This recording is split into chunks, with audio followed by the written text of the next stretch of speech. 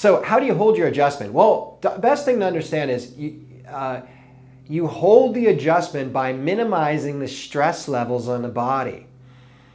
Now, a subluxation, again, is a condition where the body cannot adapt to stress and the vertebrae start to misalign, and when they misalign, they start to create interference to the nerve system.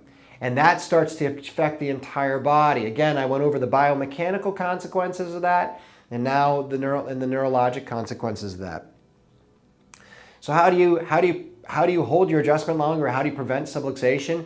You really need to understand your stresses. Now, there's a few different types of stress. You have one, physical, very easy to understand, sitting for extended periods, squatting, whatever it is. Things that the body can't adapt to, either one time or many. A car accident, maybe the body can't adapt to that, one car accident.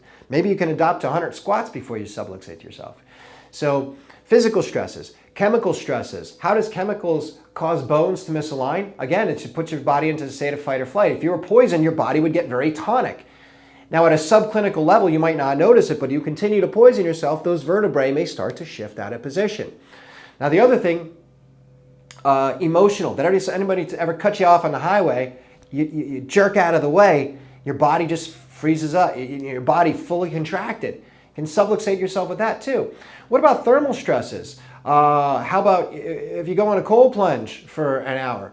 Imagine how tonic the muscles will be getting out. You'll be, your body's trying to contract to try to save itself and compensate to that environment.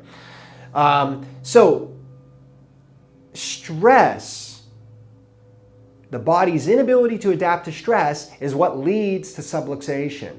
So what do you want to do to try to minimize your stress levels? So the big thing is don't do dumb stuff. Adjust your activities to what do not seem to stress your body out. And it's different for everybody. Some people get away with squatting, very few, I might add, but most people can't. So you might want to change that up. You might want to change if your stretching routine. Most people cannot adapt to stretching very well. We have videos on that too. So those are the big things, is avoid things that tend to make you uncomfortable. And even if you think they're good for you, like stretching, it's not. And then the other thing is movement. Movement is always good. Every joint needs to move. If it doesn't, it could start to arthrose. The cartilage can start to degenerate there, just like in your discs.